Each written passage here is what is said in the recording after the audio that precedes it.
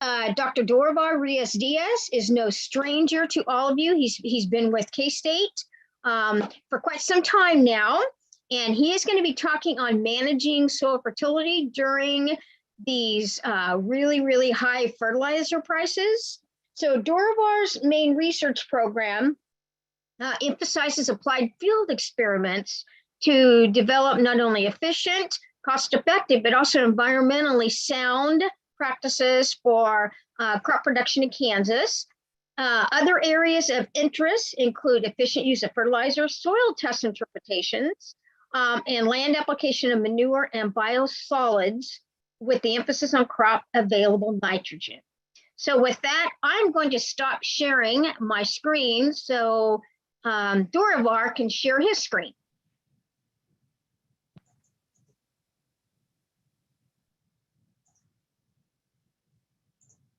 So again, be prepared to show the, or to participate in our poll everywhere so you guys can stay engaged and we can keep you active during the presentation. We're going to keep the presentation probably for about 40 minutes, something like that, so we can allow for questions for you guys. And remember to put your questions either in the chat, the Q&A, or you can email questions as well. Okay. Okay, so it looks like we can see it, Dorivar, so you are ready to go. Very good. Well, thank you so much, Sandra, and thank you all for joining us today. It's very hard to compete with very beautiful weather outside, and so it's Manhattan here. We are actually close to 64 degrees right now, so still very nice here. Like Sandra mentioned, we'll discuss soil fertility, especially putting emphasis on the high fertilizer prices this year, and think about options where we should be thinking about efficiency and how we can maybe take advantage of some of the situation we have, of course, with the good grain prices as well. Like Sandra mentioned, also I'd like to emphasize, please, as we go along, put your questions there in the chat or in the questions section. Don't wait until the end. We'll just go ahead and add those, and we'll make sure and leave plenty of time for discussions at the end.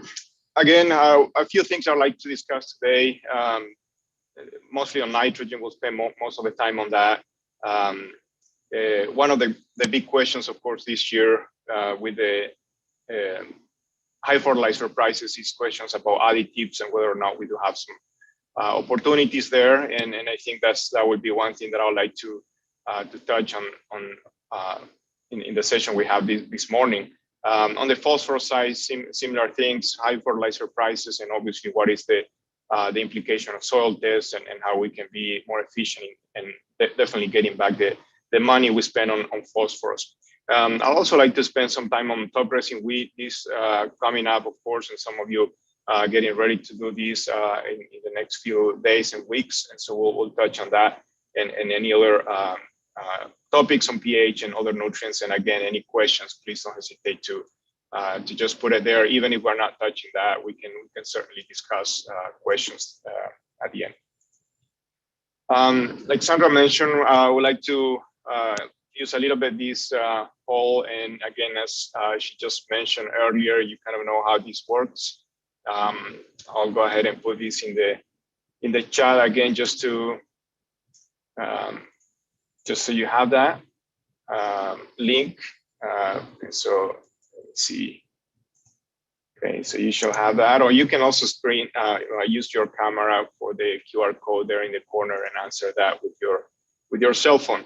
And so whatever you choose there, you have a few different ways to do that. But so the question is, besides nitrogen, obviously nitrogen is the main challenge, obviously, but what other nutrients you're thinking it may be limiting factor in your farm? And this is interesting. We see phosphorus, obviously one of the main concerns, but what about other nutrients? And potassium, that's interesting. In the western part of the state, we usually think potassium is sufficient, but we do get some more questions about whether or not that potassium is available or not, and or maybe the needs for additional potassium application. And of course, pH. So again, these are all interesting things to think about. And I don't see anybody choosing micronutrients. So again, maybe though not a big issue, at least for our group today. Very good. Okay, so we'll touch on all of these in the next few minutes, and hopefully we'll get some things to think about. On the nitrogen side, one thing that I wanted to emphasize, and this is something we discussed in quite a bit this year, is to put in perspective what's the economic optimal nitrogen application versus what we typically think about maximum nitrogen rates. And this is not new, obviously, something that we should be keeping in mind when it comes to efficient use of nitrogen. But I think it's important to remind what's the difference and what are the implications, especially in a year like this. And if you look at this regression line, this is actually a regression line from close to about 120 trials across Kansas. And there are a couple of points here. One of them is what we call the agronomic maximum, which is basically assuming that nitrogen is essentially not cost. At that point, we're basically going after that maximum yield. But in reality, what we really should be looking at is the economic optimum, right? Now, this economic optimum always tend to be lower than the agronomic maximum. And how much lower is really a function of the price of fertilizer compared to the grain prices, okay? So this is an important point this year, because the question then is, okay, how much nitrogen we should be cutting back given the high fertilizer prices. And so, again, especially again, going after this economic optimal rate, which is what we should be targeting, obviously, in our program. And to put that in perspective, I put these different scenarios, and this is basically net return to nitrogen in dollars per acre, different nitrogen rates here on the x-axis. And the different lines are basically different scenarios for price of ratios of corn to nitrogen. So in this case, 12 here is basically a fairly cheap nitrogen compared to corn. And the other extreme, this ratio of 5 is obviously a very expensive nitrogen compared to corn. And today we are really close to this 5. This is really where we are. If you're thinking about the price of corn and nitrogen today, that's about the place where we are. Now, if you think about kind of historic average values, we're probably somewhere around 7 to 8 ratio. So we are close to that level. And so that compared to the price we have today, higher fertilizer prices, we do see that we need maximum return or optimum economic nitrogen rate is lower, okay? And so this is the key point here. And so to that question, should I be cutting back my nitrogen rates given the high fertilizer prices? The answer is yes. If we are following the economic optimum nitrogen, we should be cutting back some. However, one thing that I want to emphasize here, look at how much we're talking about here. It's really less than 10% reduction in rates. Again, going after that economic optimum rate. And so the point with this is that even though we have high fertilizer prices, the actual amount that we need to cut back, if any, is really small, okay? And so if we have a long-term fertility program where that works for you, you feel like you are close to that economic optimum, and you've been putting, say, 150 pounds of nitrogen, we really shouldn't be cutting more than 10 or 15 pounds of nitrogen, okay? And so again, it's not a lot, and so that's one thing that I want to emphasize. The other aspect is that, if we are too aggressive in cutting nitrogen, we can start to see significant, effects on that net return, okay? So we're thinking about, I hear some people talk about 30, 40% cut in nitrogen rates. Pretty quickly, we are getting into a situation where we have significant negative impact on net return. And so that's one aspect to think about this year. When I usually get this question about cutting nitrogen rates, one of the questions I always like to ask is also, how are we putting that nitrogen? And is there any opportunities to improve nitrogen efficiency, fertilizer efficiency to that nitrogen, specifically in this case of corn? And yes, we do have some opportunities there. And I think that's something we need to think about as well. This is one experiment. We have multiple locations last year. This is just one site that basically shows that situation. And this irrigated corn, you can see the response curve here is your typical nitrogen response here in bushel per acres, different rates of nitrogen. This was basically urea broadcast at planting, okay? And then there's another point here, the red dot here, where you have UAN culture injected, okay? So we do see a higher yield in that case. Essentially, with the same rate of application, we are increasing that yield compared to the baseline of urea broadcast at planting.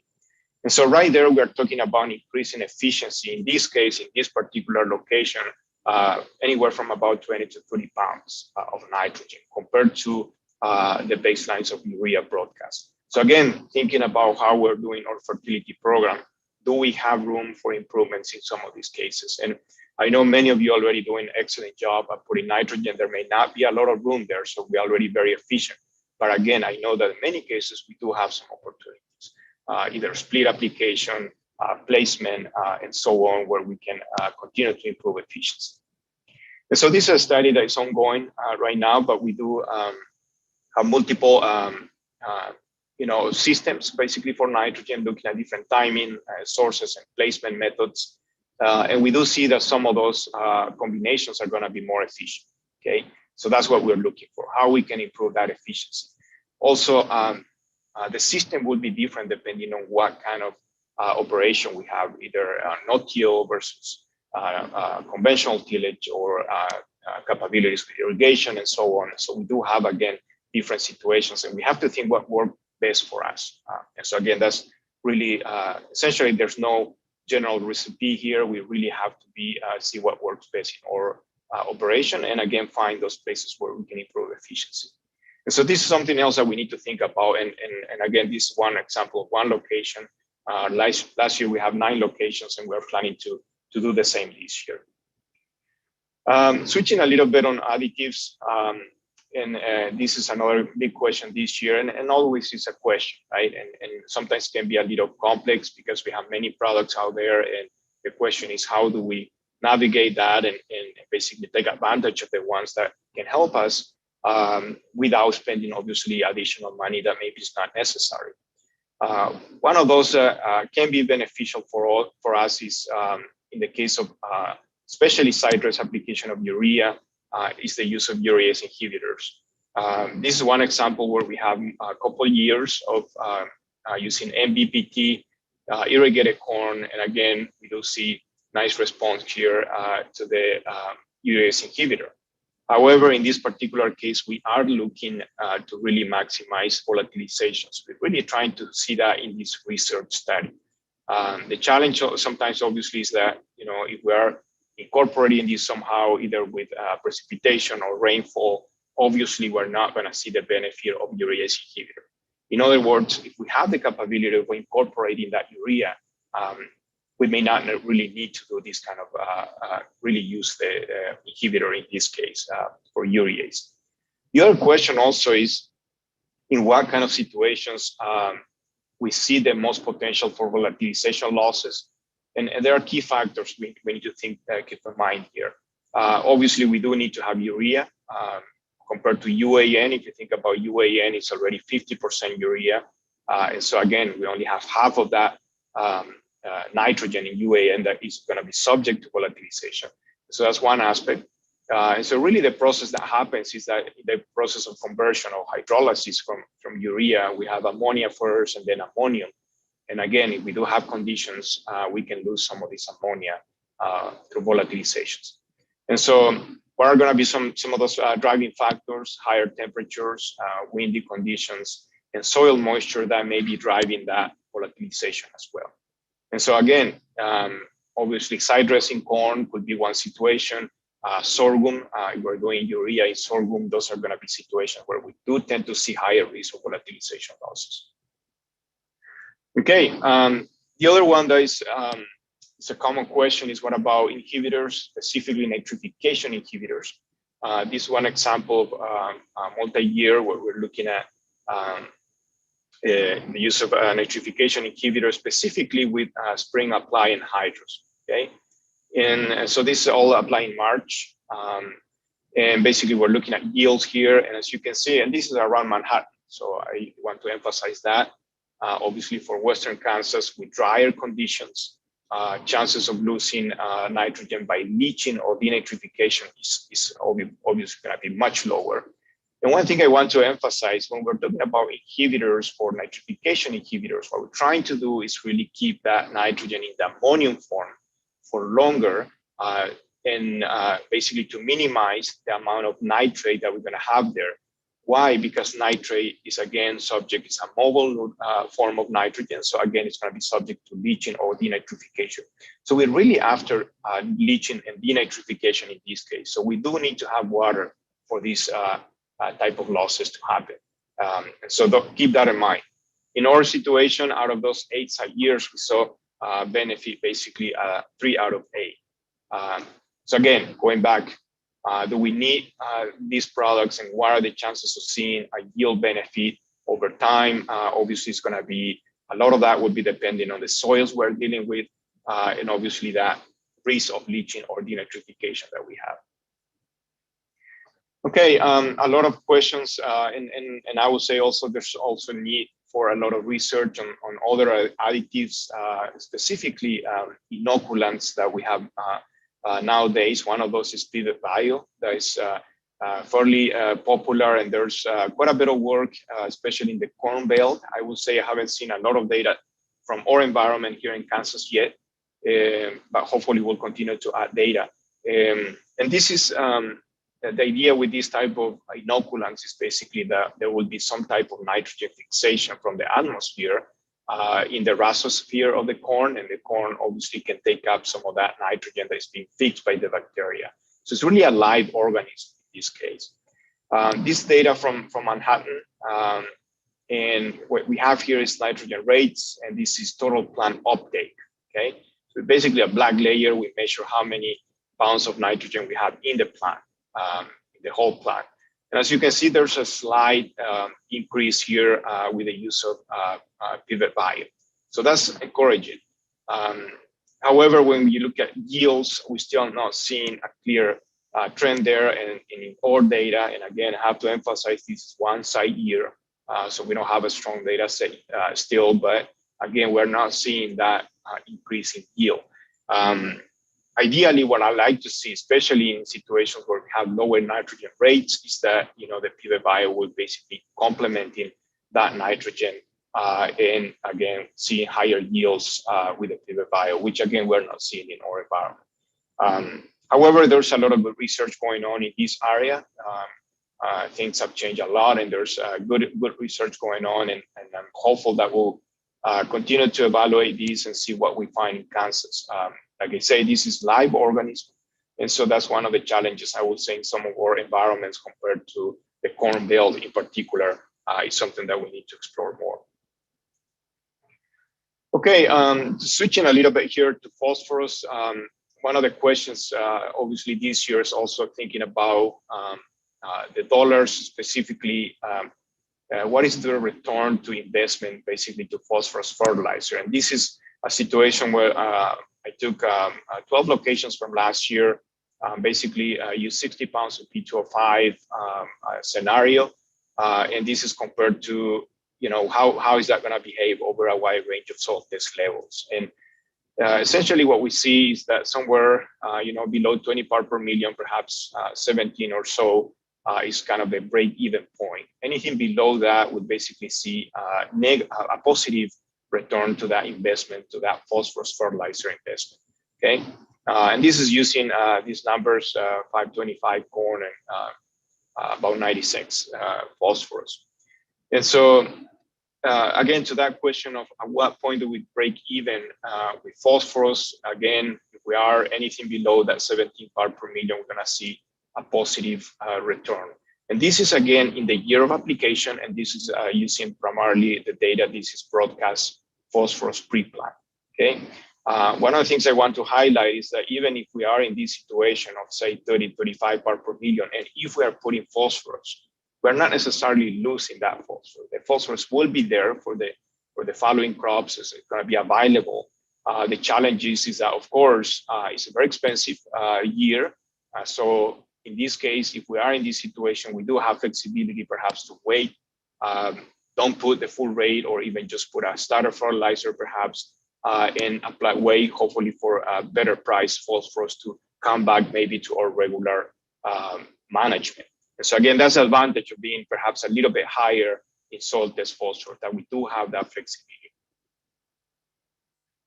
Okay, like I say, I did use 60 pounds of P2O5 for this calculation, but you know, if we follow K-State recommendation, depending on the soil test, that recommendation can be anywhere from say 15 pounds to close to about 70 pounds. Okay, and so again, that really something to keep in mind as well. 60 pounds for the most part would be maybe on the high side for many of our systems. Okay, so the other question is, what about starter fertilizers? And using the same data set here, if we look at what happened above that 17 or 20 part per million, we do see that there's still, and this is yield response, there's a few bushel yield response that we can expect, especially in this range of say 20 to 30 part per million. Okay, and this is all using Melic 3, by the way. Melic 3 so this P 6 inches, which is what we will typically do at K-State. And so if we're thinking about this range where we have the potential to maybe capture, say, a couple, 2 or 3 bushels, that's a situation where we can easily pay for starter fertilizers, okay? How many gallons of 1034 we can buy with, say, 2 bushels of corn? I think that's a question there. And I think that's one situation, one range where I will consider a starter fertilizer to capture any potential yield benefit. Again, the full rate, going back to this, obviously in that range, we don't need to apply a high application rate.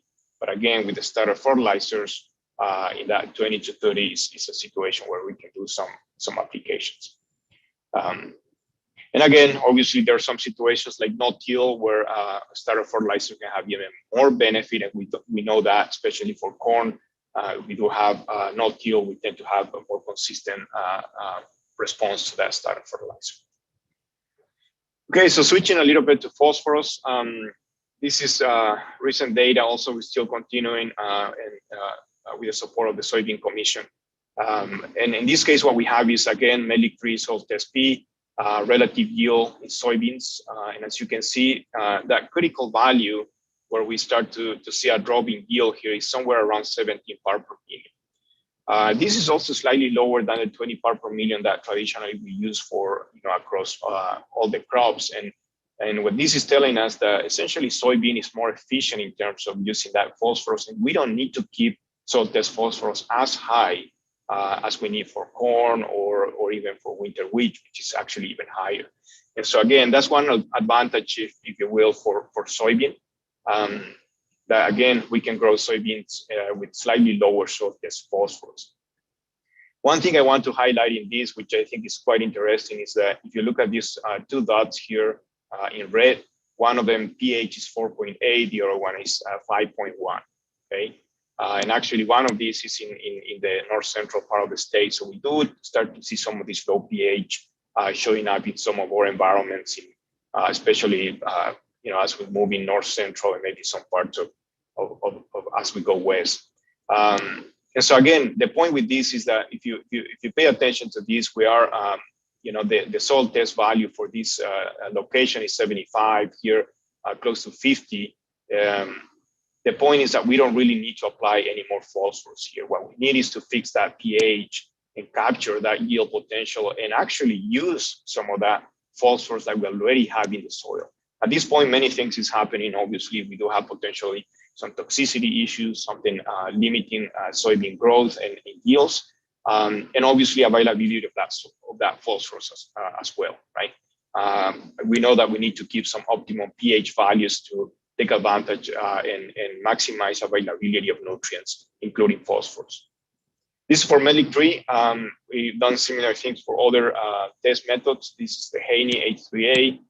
Similar problems, obviously, with the low pH. But one thing that show up with the Haney test is also that if you have high pH, the Haney test in particular is not doing a good job there, okay?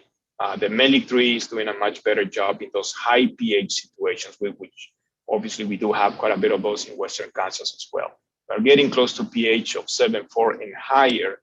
Usually we want to make sure and use Melic 3 or Olsen, which usually gonna be the best ones for those high pH situations. Bray 1 and Haney test is not doing a good job in that type of environment. Okay, so similar question with the soybean, just what we did in the case of corn.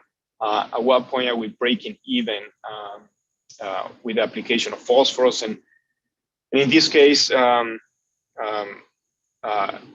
rate here, I can hide this here. The rate of application is 45 pounds, okay? And the same thing in terms of range of soil test values here, just what we basically saw in the example of corn.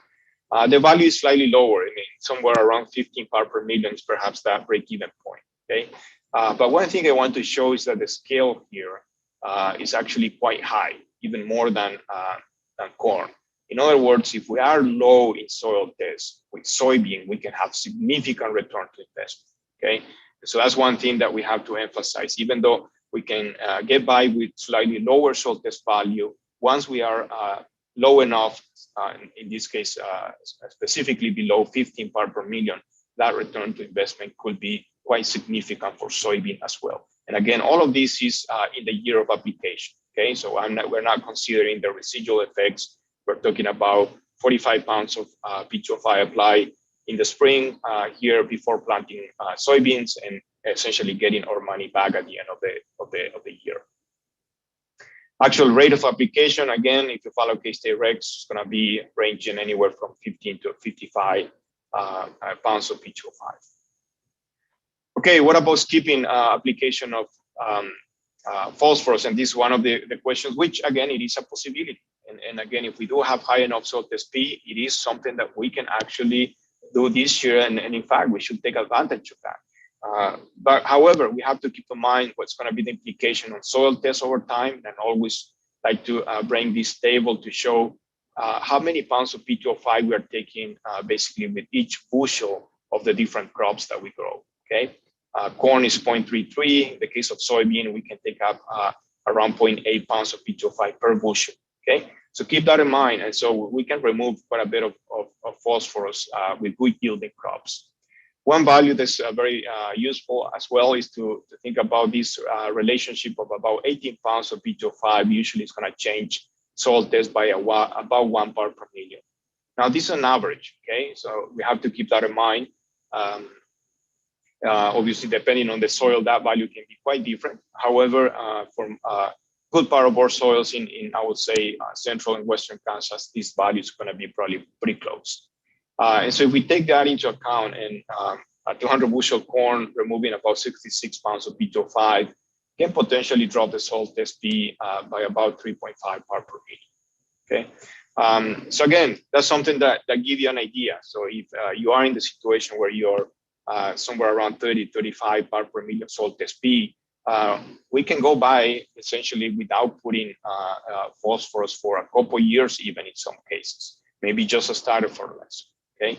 And so that's a good news in a year like this. And again, hopefully by next year and in the future, get back to normal situations, we can go back and perhaps build up soil tests a little bit if we want to. One thing, again, with these numbers, obviously, we always have to go back and soil test and see where we are. These numbers, I really like it for the short term, but again, in the long term, we really need to look at soil tests and see what's happening there. One of the common questions also in recent years is, what about potassium, even in high testing soils, which it is something that is interesting in terms of whether or not that potassium is available to the crop. And so this is another study that we actually just finishing also with the support of the Soybean Commission, looking at a wide range of situations where we have low testing K in eastern Kansas and high testing K in western, central and western Kansas. And this one situation where we have soil test potassium above 350 parts per million with the MELIC 3, different rates of K, the check here, 50 pounds, 100 pounds of K2O. And as you can see, we really didn't see any response in this case with these kind of levels, which again, will be pretty typical for most of our soils in central and western Kansas. But we do see the benefit coming from phosphorus. So I got this question this winter is, okay, what do you think is more important for soybean? Is it phosphorus or is it potassium? I would say central and western Kansas, still phosphorus will tend to be the most common limiting factor for soybeans. Obviously, that could be different in eastern and especially southeast part of the state. But again, central and western Kansas, phosphorus tend to be still our limiting factor. Even in high yielding soybeans, and this is we are somewhere around 70 bushel, and we have some slightly higher. I think we got to 190 bushel, and still that potassium is not a limiting factor in these kind of situations, at least. Okay. So let me clear this again. But the question in this, just to see what you're thinking and switching gears a little bit as we finish this this seminar, is on top dressing decisions. What is your main concern, I guess, this year? We know that there's low moisture in many parts of the state. Is that still an issue, or high fertilizer prices? One of the things I get quite a bit in recent months is, what about high protein? There's potentially some benefits there. Some people may be getting potential for premiums. Are we considering that? Or what about other nutrients? Sulfur, chloride? Are we thinking about those nutrients for top dressing wheat? Okay, very good. We have several responses here. Leave here a few more seconds, but certainly low moisture and yield potential, and I can see that.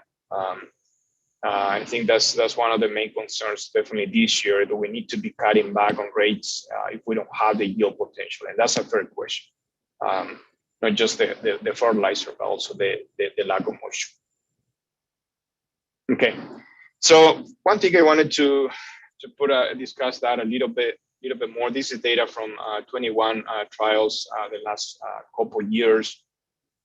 And just to put a little bit in perspective, the return to nitrogen for top dressing wheat. And in this, we have a couple, maybe a little bit contrasting situations. Really, no fertilizer, relying basically only on what we have in the soil across those 21 trials, versus 100 pounds of nitrogen. And 100 pounds of nitrogen top dressing wheat, in many cases, this could be on the high side, right?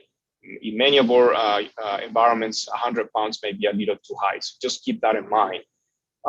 However, one thing I wanted to emphasize here is that, if we are deficient of nitrogen, we're going to have obviously a penalty on yields and also a penalty on protein, both. And this is important, I think, because when obviously often when we think about protein, is low yielding wheat usually tends to be high in protein, right? But this is really assuming that nitrogen is not limiting. If we do have limited nitrogen availability for that crop, we do have low yield and low protein at the same time, which is obviously the worst case. The other thing also, this is, again, across those 21 locations the last couple of years, in average, we saw a yield increase of about 16 bushels to that nitrogen application, which again is maybe a little bit on the high side. With the price today, that's somewhere around $120 that we are getting from that fertilizer application. So obviously with this, you are paying for this fertilizer, and you're actually still making money, even though, again, we're talking about slightly higher rates. If we are putting somewhere 70, 80 pounds, obviously that return to investment is even better. And so my point with this is that, again, nitrogen still, even with the tight budgets and so on, still tends to be profitable, and that return to investment tends to be pretty consistent. These locations, and again, these obviously vary a lot depending on the environment, the yield potential. Average, we range here somewhere around 40 to 50 bushel wheat the last couple of years in these locations. One of the things also that is important to kind of keep in mind now as we're looking at more protein content at the end of the season, what kind of levels we have, and whether or not that's telling us something about potential nitrogen sufficiency and perhaps some deficiency issues. And this is data from the same set of 21 trials, and also included here over 130 trials from the last 15 years. And as you can see, anywhere from about 11.5% protein or lower, more likely will also have a yield penalty because of limited nitrogen. Okay, and so again, that's also another indicator. Obviously, this is after harvest, but it's telling you something about your operation. If you're seeing consistently low protein below 11.5, it's likely that we'll also penalizing yields because of limited nitrogen. So something to think about for your operation over the years. One of the more common questions in recent years as well is what about sulfur? This is 24 sites across Kansas, obviously mostly central and western, as we're obviously doing these wheat trials. And across those 24 sites, we found 7 responsive sites to sulfur. Okay, so this is ammonium sulfate across multiple rates, 10 and 20 pounds of sulfur. And in this study, we're not really looking for responsive sites. Okay, so keep that in mind. It's kind of a random locations without really looking for responsive sulfur sites, and we found 7 out of the 24. The average response in those cases were about 6.5 bushel yield increase, and in most cases we really capture the benefit with 10 pounds. Okay, 10 to 15 pounds is really all we need. We put here the 40 pounds just to make sure we have plenty, but as you can see here, really no statistical difference between the two rates here. What about top dressing here? Can we get some benefit? And one of the key points here is that yes, we can get benefits to sulfur fertilizer. However, the source of that sulfur becomes pretty important. Okay, and we really need to be using sulfate form. This is this study where we look at different source here. Elemental sulfur definitely is not available for top dressing, and actually our data from fall apply also suggests that elemental sulfur is not oxidized in time for that wheat crop to take advantage. But ammonium sulfate, gypsum, if we are with a liquid system, ATS, obviously thiosulfate would be a good option as well. But again, that really needs to be in the sulfate form. It takes time. It's a microbial driven process, and it takes time for that elemental sulfur to break down and be available. Okay. And so in general, what do we see in terms of response to sulfur? One of the other key points is that, remember, sulfur, sulfate in particular, is a mobile nutrient. So we can have good amounts of sulfur in the profile. So we really need to be looking at what happened in that 24-inch profile. One of the things that we are seeing also from these studies, multiple locations, is that a couple of things that really start to indicate potential response to sulfur is texture, specifically sand content. Anything that's getting about 30-35% sand content, especially if that's also combined with low profile sulfur, those are the situations where we consistently see a yield benefit. Okay, organic matter is also a key factor here. However, in our analysis, I think the reason why sand content tends to be more of a factor is because usually sandy soil will tend also to be low in organic matter content. Okay, and again, the type of fertilizer source make a difference, especially when we're thinking about top dressing coming up here. Most of the things we talk about, of course, rely pretty heavily on soil testing. And so there have been a lot of analysis, economic return basically to soil tests, and especially given the tight budgets, again, soil testing definitely pays. And again, we also have opportunities. If we know that we have plenty of nutrients and we can avoid putting that full rate this year and still take advantage of the good grain prices, obviously looks pretty good. Okay. So I think that's a situation where, again, soil testing definitely pays, especially in a year like this. And so with that, just a few take-home messages here. Again, in case of nitrogen, I think obviously we should be thinking about cutting back some. However, be careful not to cut too much. That's one of the concerns, obviously, with nitrogen. Still, with the high fertilizer prices, even the economic return to nitrogen tends to be pretty consistent, especially with the good grain prices. We do have opportunities for some nutrients like phosphorus and other immobile nutrients to take advantage of those fertility that we already have there. And so again, soil tests would be the key for that. And the last thing, we didn't talk too much about pH and other soil factors. We did talk about sulfur, but again, as you can see, some of the examples we show for soybean in particular, be on the lookout and make sure look at your entire fertility program, make sure address any other issues we have out there, whether it's pH or any other nutrients, to basically, again, maximize the yield and the efficiency of nutrients like phosphorus and nitrogen as well.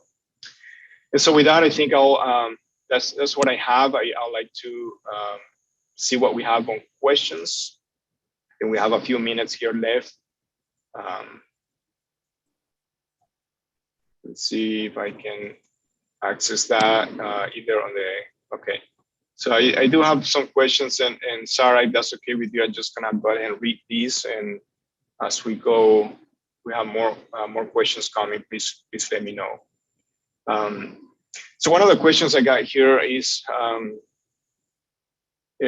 specifically about nitrogen in compost manure, and whether or not we need to make some adjustment to moisture content.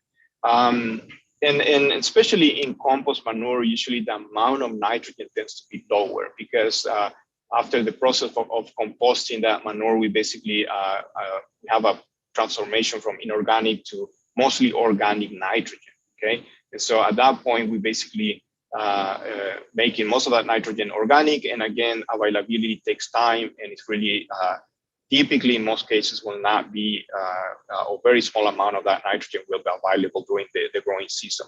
The other thing also, if you think about manure in general, we don't have a lot of nitrogen for the most part. Most of the benefit usually, in my opinion, come from phosphorus, where that phosphorus is going to be 100% plant available. And so we often will need to complement nitrogen if we're using manure as a nutrient source. I think it's a good option, definitely something to think about this year. But again, the availability of nitrogen tends to be more limited. And yes, fresh manure, we're usually going to have more available nitrogen compared to compost manure because, again, of that mostly organic form that we have in the composted manure.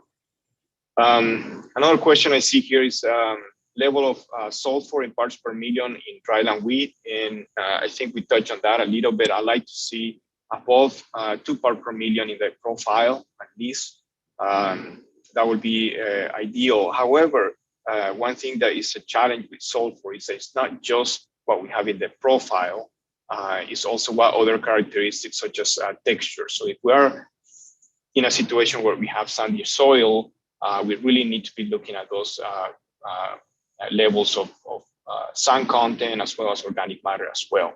It's not just the profile nitrogen. I think it's a good start, but in reality, again, because it's a mobile nutrient, some of that may be leach. We have that potential, and so we will also need to be looking at what kind of texture we have and what is the risk of losing that sulfur. Okay, another question here in the chat is what about ortho versus polyphosphate forms of phosphorus, especially thinking about availability of that phosphorus, and do we need to worry about the forms? And that's a common question, and yes, there is obviously a difference in terms of the chemistry. However, the conversion of polyphosphate to orthophosphate, something that happens fairly quickly once we apply that phosphorus. So agronomically, we've done some comparisons. Agronomically, we don't see a difference in corn. Again, because we do have fast conversion from polyphosphate to orthophosphate, that we don't necessarily see a difference at the end of the season yield-wise. And so again, even though, again, there's a difference in chemistry and there may be some advantage in terms of how we handle that fertilizer, agronomically, we don't see any difference there. And so again, that's pretty consistent in our data.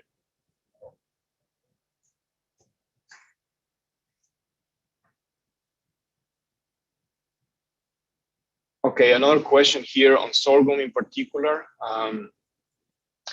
Grain sorghums apply as liquid starter fertilizers. What kind of rates we should be applying, and one of the questions is, should we be thinking about in the range of 8 to 10 gallons? And this is going to be a function of soil test, really, and what is our recommendation. To the point whether or not we can put 100% of the phosphorus with the starter, yes, that's definitely a possibility. That's going to be very efficient. However, we have to keep in mind what's the placement, okay? And this is a key factor. If we're going to do in-furrow application, then we are limited on the rates. And we really need to watch that very closely. Otherwise, we can cause some seedling damage there. And so in the case of 10-30-40, if we're doing 10-30-40, what we really need to be watching is the amount of nitrogen that we're putting there. We don't want to be putting anything more than, say, 8 pounds of nitrogen in furrow. Now, if we're doing 2x2 or dribble on the surface, we basically have flexibility. As long as we don't have any contact with that seed, we can put 100% of the phosphorus, even 100% of the nitrogen. Yeah, if we are set up to do that, we can do that with the starter. Again, it's a very efficient application method. Obviously, it has some challenges. Logistically, we have to deal with the high rates of application if we choose to do that. But again, it is a good option.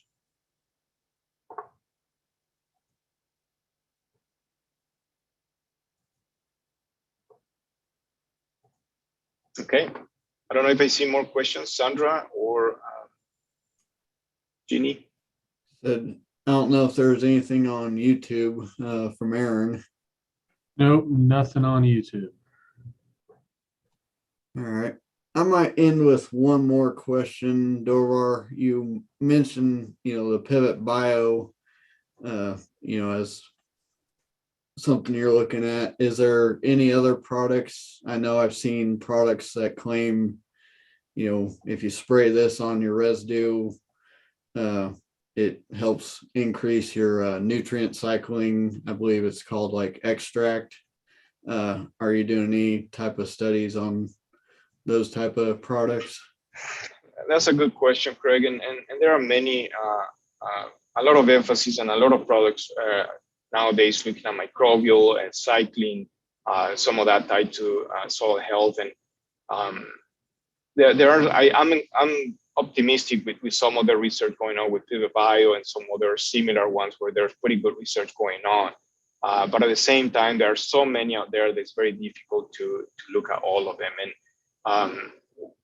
I think I'm a little bit more optimistic on products that may show some potential for contributing to nitrogen directly in some way versus cycling of nutrients in general. As obviously, as you can imagine, we do have already pretty good levels of nutrients in most of our molly soils, topsoils that sometimes adding microbes, say as a broadcast or in general, tends to be a little bit more difficult.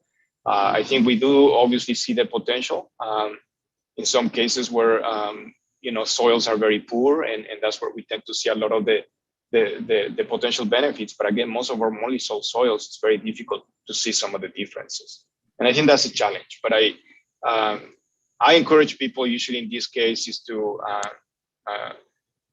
do some evaluations if all possible. I think that's really the best way. It's impossible to have data on everything, but if you are interested in some of these products, I think you need to evaluate in your farm and see whether or not you're getting some benefits. The other challenge is also that, again, our conditions are quite different. I think that's one of the main things compared to Iowa or Illinois. Obviously, we have different situations, so we have to evaluate those specifically in our environments.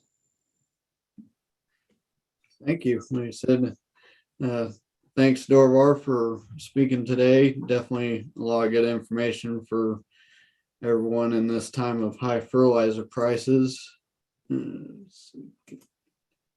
And just as a reminder, for the CCA credits, you can scan the QR code here to end the meeting, or if you email Jeannie Falk Jones at kstate.edu to begin with, email her here at the end with your name and CCA number, and she'll get you put down so you can get your credits for this session.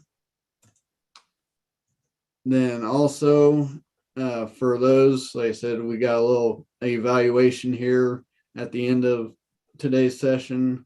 You can scan the QR code to access that.